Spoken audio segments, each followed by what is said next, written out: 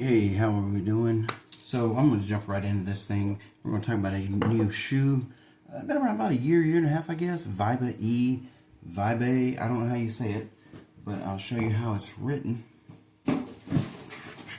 Like so. Okay. So these are, it says designed from Finland. They are made in Portugal, I do believe. Sounds right. Almost positive. I'll check. Yep, it says it right here on the inner sole. So I'm gonna show you two different models I got. Tell you what I think about them. This is the Zuma leather, and I'm pretty sure this is the cocoa brown. Okay. They have this little step down thing right here. You can wear it like kind of as a slip in, or take that back like so, and wear it that way as well. Sizing, like the Birkenstocks, which run a little bit big, I wear about a 44. These I went with a 45.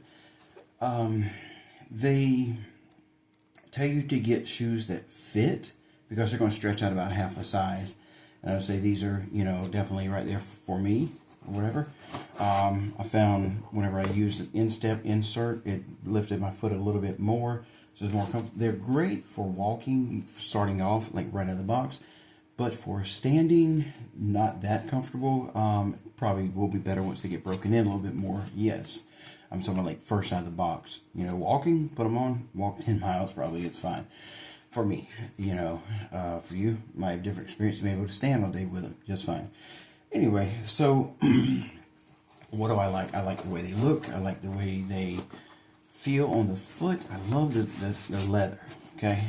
What I not like? The price. The price is, you can look them up, see what you can get them for, whatever.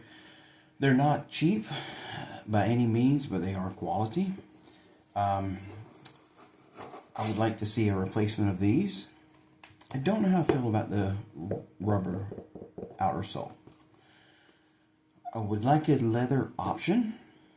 It would also be neat to make maybe even an upgrade kit where you could make these a grounding shoe by selling a punch kit with a copper plug or something you could put in there to make it for grounding. I have mixed feelings on the rubber outsole. A leather would kind of be really nice, especially for starting to go the grounding shoe route and everything. And I guess these remind me of a lot of the way a lot of the grounding shoes look. So that's kind of what I'm thinking about those, what have you. These are a barefoot shoe style fit, I would say. Very wide toe box, plenty of room in here, feel comfortable. As far as, like when they tell you to kind of size up and say, hey, it should fit you good this way, almost snug, I believe is kind of what they use. And I would say that that's pretty accurate. It feels almost like a sock, if that makes any sense, whatever. And I would say it does. This insole is actually really nice. It's a kind of a suede padded cork in there. It has some instep support, not a ton, but it does have some. And I'll show you another color with these are the Roma. Which is funny, I've got a dog named Zuma, which is what these are called, and Ro. And these are called Roma. Now the Romas are a little bit less expensive. Not by much. These right here are the cognac color. And they stay in sandal mode, I guess you'd say. Removable there. Ta-da. Not really a little bit. Not much of a leather smell.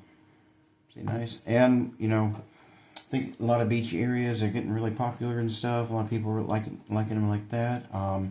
I've got, places coming up that I'll be traveling to that I'm excited to wear them at. So, kind of nice. I mean, it makes it between a moccasin, a bedroom slipper, a barefoot shoe, a beach shoe, what have you. But I think too, they'll pretty much handle anything you're going to throw at it type deal. I wore these out in some wetter weather. The toe got wet. It's fine. You can see they dried just fine. No problem at all. VibaE. See, a new standard in ergonomics. Check them out, man. They're pretty cool. I think you'll like them.